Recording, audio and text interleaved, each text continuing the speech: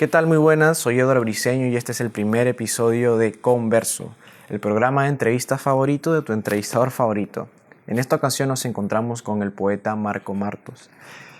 Marco es un poeta de la generación del 60 y también se desempeña como docente en las aulas de la Facultad de Letras y Ciencias Humanas de nuestra Universidad Nacional Mayor de San Marcos. ¿Qué tal? ¿Cómo se encuentra, Marco? Hola, ¿cómo estás? Bienvenido otra vez aquí a este espacio ya conocido. Está haciendo bastante frío últimamente, En ¿no? general, ¿no? Los limeños o los que viven en Lima nadan en agua, literalmente. ¿Usted cuando llegó de Piura, sintió ese cambio de clima?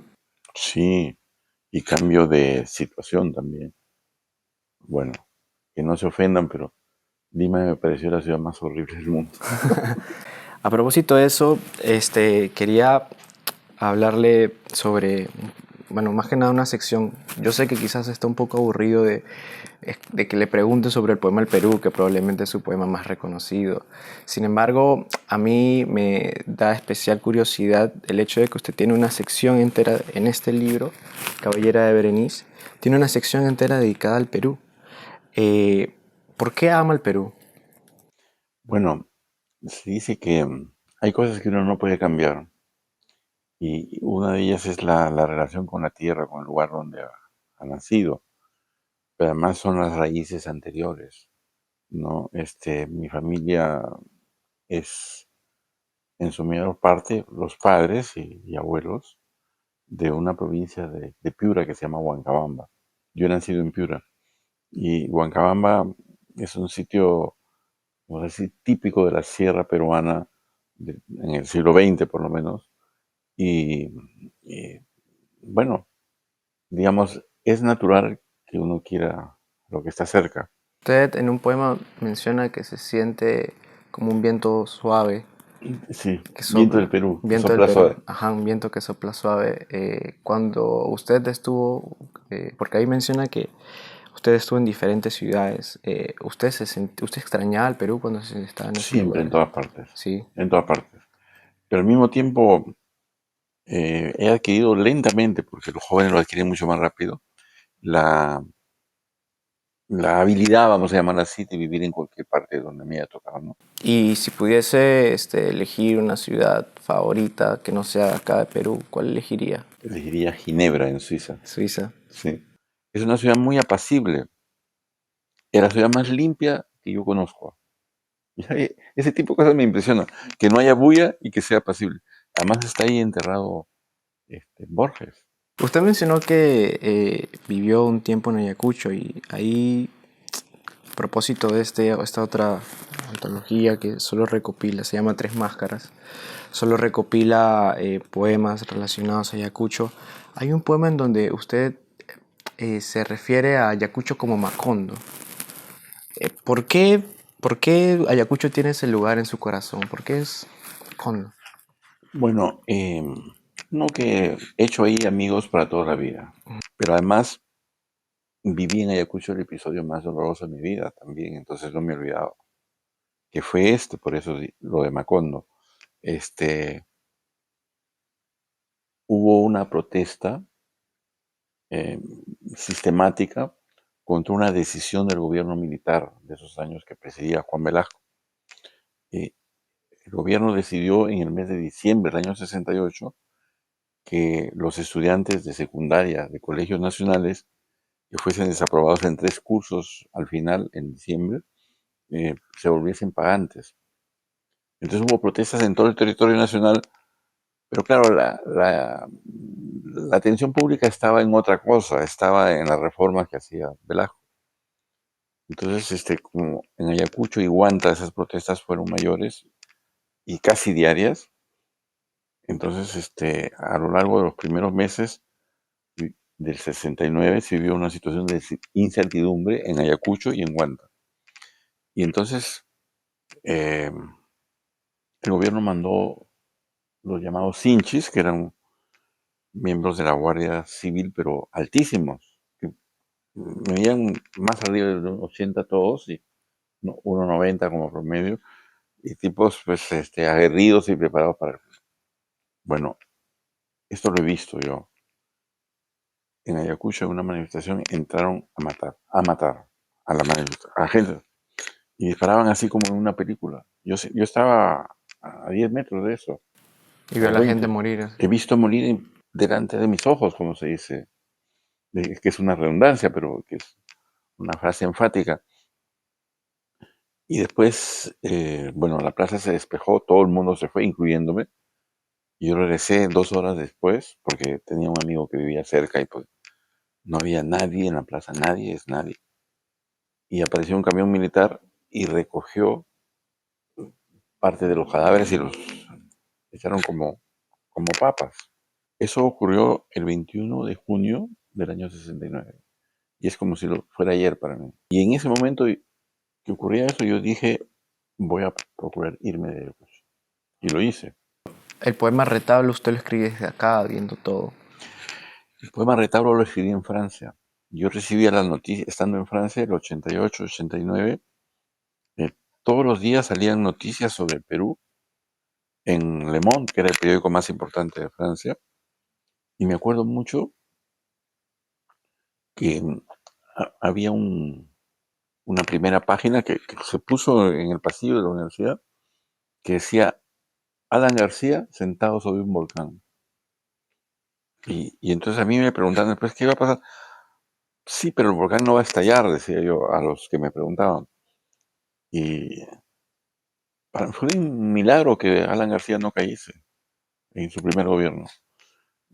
Pero bueno, quiero decir que la situación era muy grande y como yo sabía lo de Churajá y mantenía vínculos, pude escribir ese poema. A Es muy propo- sentido, es muy sentido. sí, a propósito de eso, usted menciona ahí que uno de sus compañeros fue asesinado en Chorecá en 1983. ¿Cómo se enteró de ese? Porque yo estaba en el periódico. Se apellidaba de la Pinela. Ahí murieron 9 periodistas. Y él, cuando fue la comisión Vargallosa a investigar esto, hubo un traductor que se llamaba Luis Morales, que yo no lo conocí en ese momento. Mejor dicho, después se hizo corresponsal del diario, entonces yo tuve mucha relación con él cuando yo estaba en Lima y lo amenazaban. En realidad no sé por qué ni quién lo amenazaba, pero lo amenazaban y un día lo mataron. Y yo le he dedicado un poema a él. Esta calle, ese Tres Máscaras es el nombre de la calle donde vivía Luis Morales. ¿Qué opina usted digamos, las conclusiones de esa comisión? ¿Le parecen convincentes? Qué difícil decir algo sobre eso. Este, bueno, en realidad, pues hubo un asusamiento, sí, de parte del ejército a, a esos pobladores contra cualquiera que llegase.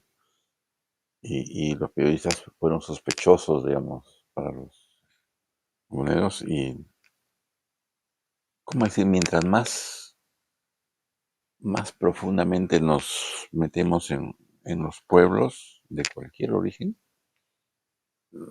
la, entre comillas o sin comillas, justicia es más violenta y definitiva. Si considero que eres mi enemigo, te mato.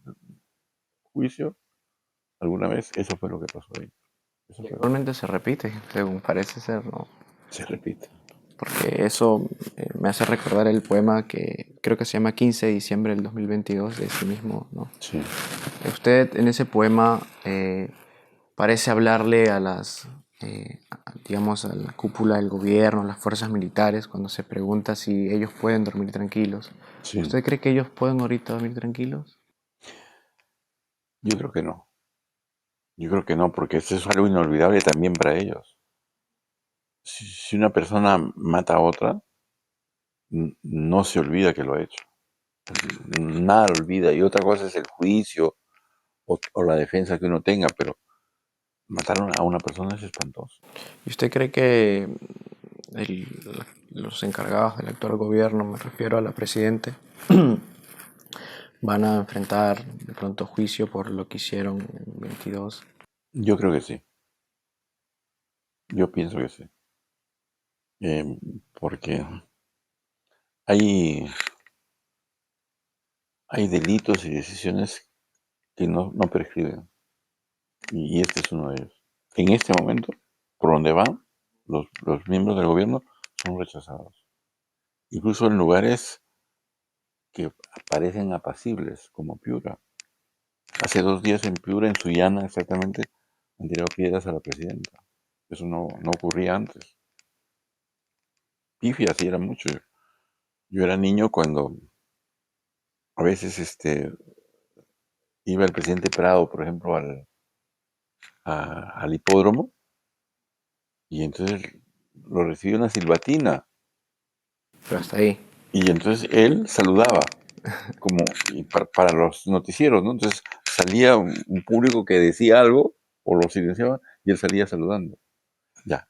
Ese era el nivel máximo de agresión, ¿no? ¿Y dónde cree que pueda parar toda esta situación de violencia? O sea, Bueno, las épocas de crisis también son las épocas en que aparecen líderes inesperados, aunque sean circunstanciales. Menciono 2 momentos que no son tan antiguos. Uno es con la crisis del fin del gobierno de Fujimori y apareció Paniagua. Y Paniagua no se puede decir que fue una solución de largo plazo, pero por lo menos ordenó el país en ese momento durante 6 meses. Y se acaba de repetir, que como aquí pasan las cosas tan rápido y cambiamos en 5 años 5 presidentes, pero Sagasti fue un buen presidente, circunstancial. Entonces las crisis permiten a veces eso. Yo confío en que, digamos, hay en todos los grupos, ¿ah? Hay fuerzas, vamos a decir, no dañadas. con respecto a la juventud, ¿tiene fe usted en que saldrá un líder de ahí? Bueno, tiene que salir. O sea, es imposible que no salga. Y se está acabando un poco la apatía. Hay otro momento en que se acabó la apatía, porque lo que hizo Fujimori fue despolitizar todo lo que pudo, ¿no? Y politizarlo para él. Pero de pronto las calles sacaron a un presidente, al presidente Merino. Sí, no ha vuelto a ocurrir, pero eso puede ocurrir. Sí, creo que sí.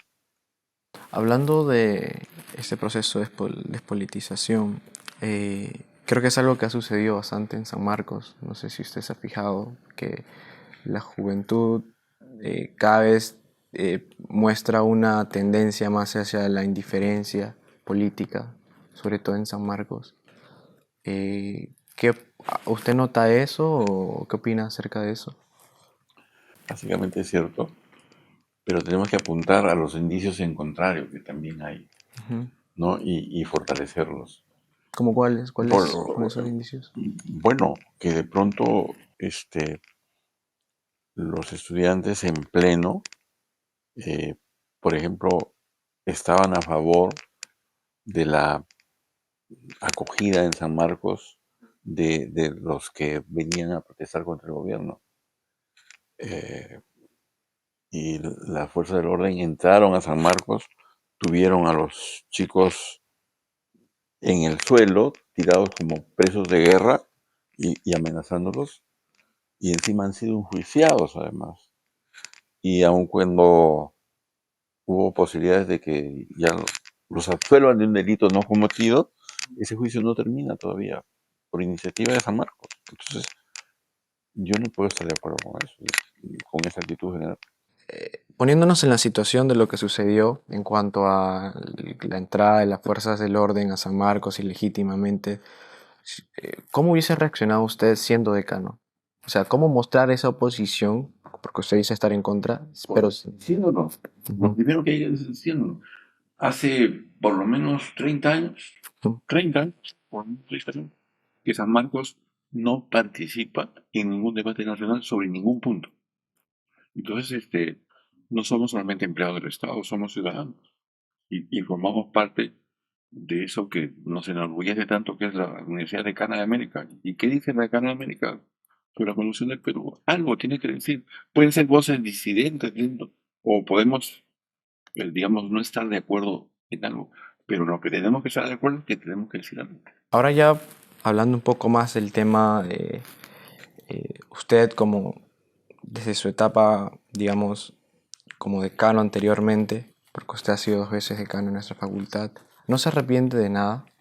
tal vez los decanos de letras, pero todos, este, incluyéndome, nos ha faltado un poquito de tino respecto a cómo manejarse con el rectorado. Muchas de las cosas que ha decidido el rectorado, incluyendo la administración de fondos para nuestro pabellón, se han decidido simplemente porque nosotros no, nosotros, incluyo también a Gonzalo Espino y a Claro. digamos, hemos aparecido demasiado como opositores. A propósito de eso, ahorita van a haber elecciones. Sí, yo voy a ser candidato. ¿Va a ser candidato? Sí, De parte de Patio. el patio de letras se está reuniendo, tenemos ya reuniones, se dice que va a haber 2 candidatos más. Ajá. Volviendo a la entrevista, quisiera preguntarle cómo fue este primer contacto con San Marcos. Bueno, ocurrió el año 61 y ese año había llegado a Lima Jorge Guillén, un estupendo poeta de la generación del 27, ¿no? Que- y yo le tenía mucha admiración. Y Javier Herón me invitó a ir a escucharlo, porque él estaba más informado de lo que ocurría en San Marcos. Y fuimos, y fue una emoción muy grande verlo a Jorge Guillén. Pero ese mismo día conocí a Arturo Corcuera, que estaba entre el público, y, y, este, y a otro poeta que es Raceto, que es también del 70, pero después, bueno. ¿Y cómo se decidió por entrar a estudiar a San Marcos? Bueno, yo en el año 59 había tenido de profesor en Católica a Washington Delgado. Y bueno, había tenido un contacto leve con él. Y tenía un amigo muy cercano que tiene que ver mucho con mi biografía, que se llama Mario Sotomayor. Mario Sotomayor era un alumno un poco mayor que yo, era muy amigo de Javier Heró y era muy amigo de Washington Delgado. Entonces, Mario Tomero me llevaba a San Marcos, a la casona. En realidad ese es mi primer a hablar con Washington Delgado. Entonces yo me sentí muy atraído por Washington Delgado. Yo lo había leído antes. Sí, lo había leído en una católica cuando salió su libro Para vivir mañana. ¿Ya? Y ahí después ya fui a Forma de la Ausencia, que es un libro anterior. Usted también menciona en este libro, en las fronteras de la poesía, que luego conoció a César Calvo y que le había parecido una persona bohemia, de lo cual usted tenía la firmeza de no ser, o sea, no vivir ese estilo de vida. ¿Por qué usted nunca entró a, digamos, al estilo de la bohemia que era tan predominante en esa época? Bueno, porque yo tenía una pasión muy fuerte, de la cual todavía tengo activos, que era el ajedrez.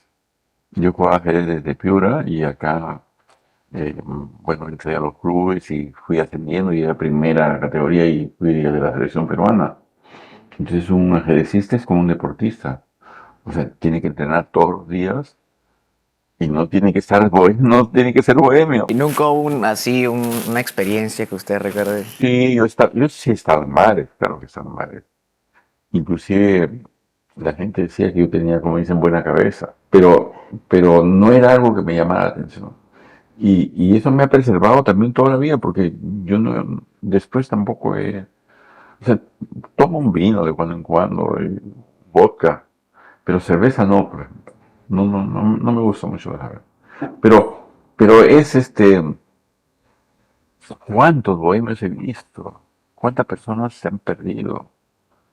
¿Recuerda algún bohemio que usted, digamos, haya podido eh, ver y dice como que qué talento pudo haber sido, ¿no? Bueno, había un hombre de cine, me acuerdo su apellido Villanueva, era un gran cineasta y se perdió por el licor. Ese es un ejemplo.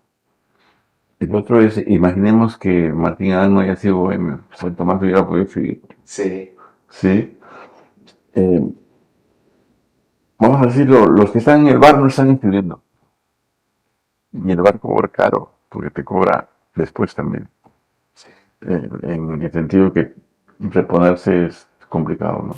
Usted es una persona que, como lo hemos conversado, ha podido tener la dicha de conocer muchos poetas, tanto de la generación del 50, ¿no? Washington Delgado, pero también pudo ver de primera mano la aparición de toda esta horda de la generación del 70, los que son grupos como Hora Cero, Gleba, Cloaca, posteriormente. ¿Qué significaron esos grupos para usted? ¿Usted rescata algo de esa generación? Yo creo que siempre hay algo. eh, bueno, yo soy más amigo de los que estaban en San Marcos. Por ejemplo, acá de falleció el Mazotti, que es la persona que llegó más lejos de todo lo que usted menciona. Falleció hace 2 días. Digo muchas veces a mi casa y había una relación muy amical con los poetas llamados del 80, ¿no? Con ellos. Yo aprecio mucho, eh, el más allegado a los poetas para mí, de esa generación, especialmente, ¿no? Que ha sido mi íntimo amigo, es Watanabe, José Watanabe. Entonces, a él y a Abelardo Sánchez León también, que son poetas del 70, del grupo de Hora Cero, como ellos nos atacaban a los españoles, no he tenido mayor vínculo, excepto con Eloy Fabre. Con Eloy Fabre he tenido una amistad cercana. He ido con él a Iquitos, por ejemplo, y sé anécdotas de él que son bastante graciosas, no las peores, las mejores, una buena. Bueno, por ejemplo, voy a contar una de Eloy Fabre. Adelante, adelante. Eloy Fabre, cuando vinieron los primeros cubanos que salían del régimen, alojó en su casa uno, ¿ya? Y este hombre no salía porque se quería ir de Cuba, sino porque en Cuba no lo querían porque era homosexual. Bueno, después ya dejaron, entonces se volvió a Cuba. Ese señor se volvió a Cuba porque él no había salido por motivos políticos. Y como era del partido, este, llegó a ocupar cargos y era viceministro del Interior en un momento que llega a Cuba después de muchos años, Eloy Fabre, porque había ahorrado dinero y quería escribir unas crónicas y se había ido, se encontró con su amigo, se saludó, etcétera, y en otro momento va por la calle y se encuentra con Gastón Acurio, que lo acaban de estafar, pero con miles de dólares. Le habían vendido supuestamente un yate en Cuba y era una estafa. Entonces dice, yo te lo arreglo. Llama a su amigo el viceministro. Al día siguiente estaban detenidos los culpables. Le devolvieron todo el dinero y se hizo amigo de Gastón Acurio. Y Gastón Acurio le da trabajo en sus restaurantes para que haga la carta, para que reciba, y tenía derecho a comer lo que quería, pero los tragos sí tenía que pagarlo. Todo eso lo sé porque él me lo contó. En el libro Fondo de Fuego del profesor Ricardo Falla, él menciona que usted también acudió a varios recitales en la Universidad Federico Villarreal. ¿Por qué usted nunca, digamos, formó parte de ningún movimiento, nunca en su vida, así, de algún grupo como Bracero Constituido? De verdad que no lo sé. ¿Nunca tuvo ninguna propuesta? Porque para mí los grupos eran algo que yo estudiaba, digamos, ¿no?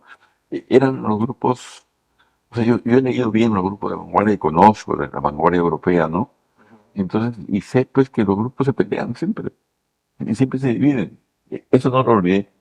Y pienso pues que escribir es algo individual. Pero en los grupos llamados del 60, bueno, mi amigo fue Cisneros, mi amigo más cercano fue Cisneros. Y claro, pero tenía mucho vínculo con los poetas anteriores. Yo soy íntimo amigo de Chariarse, por ejemplo, y lo conocí mucho tiempo después. Creo que la rebeldía era reservada para mis actos personales y políticos, porque sí he tenido participación política. ¿No? Yo he escrito en periódicos como Mauta, he estado en el diario Marcas de Izquierda, o sea, por allí canalizaba.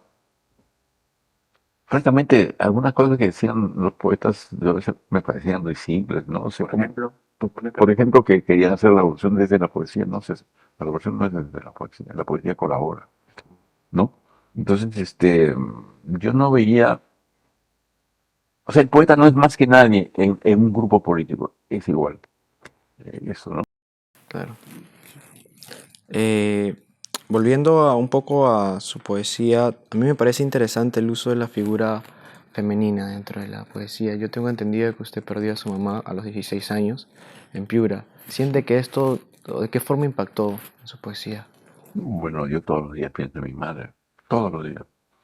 Eh, Recuerdo que algunas personas, no directamente a mí, pero a otros le decían, él no ha escrito poemas sobre su madre. Y efectivamente en mi poesía de mucho tiempo no hay ninguna referencia a mi madre. Se puede decir que el dolor me impedía escribir. Después he escrito algunos poemas a mi madre. Este, hay uno que se llama Rosa Carrera, que es el nombre de ella. Y Ella fue profesora, ¿cierto? sí, fue profesora y fue directora de un colegio fiscal, ¿no? Que ahora lleva su nombre, en Piura. El colegio que ella dirigió se llama. O sea, tenía cierta importancia en la sociedad. Mis dos padres, cada uno por su lado. Es un azar, así, nacer en una familia de profesores. En Francia se sabe que los cuadros políticos de mayor nivel son hijos de profesores. Los cuadros políticos. Bueno, yo más o menos he dado cosas que mi padre hacía, ¿no? Muchas. ¿En qué se encuentra trabajando usted ahorita? Yo estoy siempre dictando bien mis cursos. Esa es mi primer trabajo es ese. Estoy dictando un curso de literatura hispanoamericana en el pregrado de poesía hispanoamericana y estoy dictando el taller de poesía en la maestría de escritura creativa. Ya, esas son mis primeras preocupaciones. Pero la otra es mi poesía. ¿Cómo es su futuro como escritor? Un futuro corto, ¿no? Por la edad, ¿no? Pero digamos, yo tengo muchas cosas para publicar, pero como sé cómo es el mercado, voy publicando de a poquitos. Sí, pero a veces publico dos libros el mismo año ahora, pero son cosas que ya tenía, ¿no? Ahora publiqué un libro, un cuentito. He publicado un cuento para niños, ¿no? Para niños de más corta edad. Es la primera que escribo para niños de esa edad. Se llama Los gatos de Coronte. Y en ese cuento hay una familia donde de pronto un día aparece un ratón en la casa. Entonces la madre dice, tenemos que conseguir un gato. Las hijas salen a buscar un gato y tienen dos gatos. Y los ratones desaparecen. Entonces, ¿cómo termina el cuento? Los gatos empiezan a aprender a hablar. Y la primera palabra que dicen es mamá. Ahí termina. Hablando de eso que usted menciona, un futuro corto, ¿no le tiene miedo a la muerte? No, estoy acostumbrado. Yo le he visto la muerte aquí. Eh, una vez, cuando yo ya me había retirado del ajedrez, pues yo me retiré muy pronto del ajedrez oficial, ¿no? A los 30 años estaba retirado. Y a los 30 años fui árbitro del torneo nacional de ajedrez. Y yo vivía en San Juan de Miraflores. Fui el árbitro del torneo nacional y venía a las 12 de la noche, llegaba a Surquillo y tomaba otro carro que llevaba hasta las manos de Miraflores. Pero cuando te demoras un poco ya no había hasta San Juan, sino hasta la entrada de San Juan, había un cine insucio. San Juan está a un lado y el otro lado por la avenida Tocón. Sí, Ya, bueno, creo que es de Wilson. entonces yo tenía que caminar 6 cuadras y yo iba con el maletín y me asaltaron. Y tuve el cuchillo aquí, en el suelo, ¿no? ¿Sientes que te vas a morir? ¿Y ha habido alguna otra situación en la que usted ha estado cerca de la muerte? Bueno, tal vez en Ayacucho, ¿sabes? ¿No? Y la otra consideración es eh, estar en la mesa de operaciones y sentir que te puedes morir. ¿Porque sufrió alguna Yo enfermedad? he tenido vesícula que me operaron, pero eso fue, entre comillas, sencillo. Pero después he tenido próstata también. Y al operarme la próstata se descubrió que tenía también una hernia. Mejor yo sabía, ¿no? Pero era una cosa que no era importante, pero era terrible porque había crecido mucho en el ombligo. Entonces me operaron de las dos cosas el mismo día y sientes que te vas a morir. Eso, no, ellos no te dicen, pero tú sientes que ya de aquí ya no hay nada para después. Y recuperarse de eso es espantoso.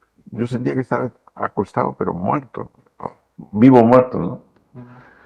Y para ir al baño, en fin, necesitaba. Estuve 15 días con una enfermera al pie de mi cama, allá en mi casa, ¿no? Pero fuerte. Entonces, uno ahí siente la muerte. Además, otra cosa, mi familia en Piura, ha tenido mucha gente longeva que se iba muriendo, ¿no? En esa época no había como ahora, digamos, esto que las agencias funerarias se encargan de todo, te tenías que encargar tú de mucho. Entonces, mis primos y mis hermanos eran tan hábiles en eso que creían que podían poner una funeraria, ellos, los vecinos, ¿no? Entonces, he visto morir, pues, bueno, a mis dos padres, a un abuelo, a una tía abuela. Entonces, desde niño estaba familiarizado con la muerte.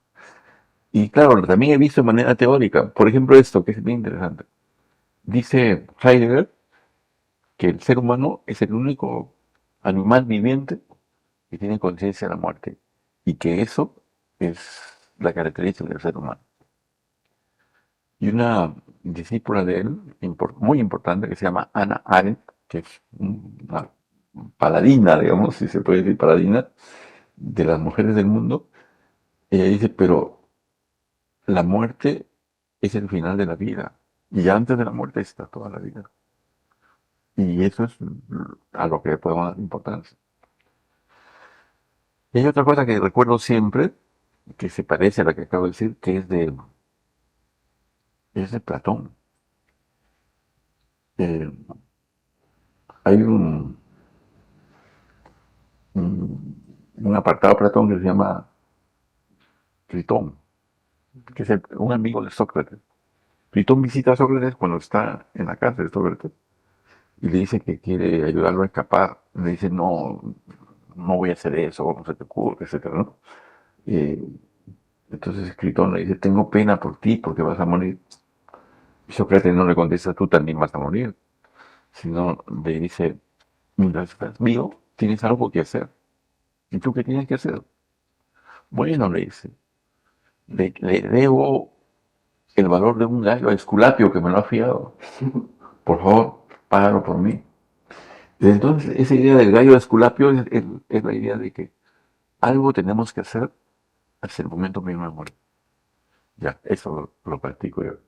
Esperemos que tenga muchas cosas todavía para hacer. Bueno, no tengo más que agradecerle en nombre de todo el equipo por la sinceridad y la amabilidad de conversar con nosotros. Ya, De verdad, muchísimas muchas gracias. gracias.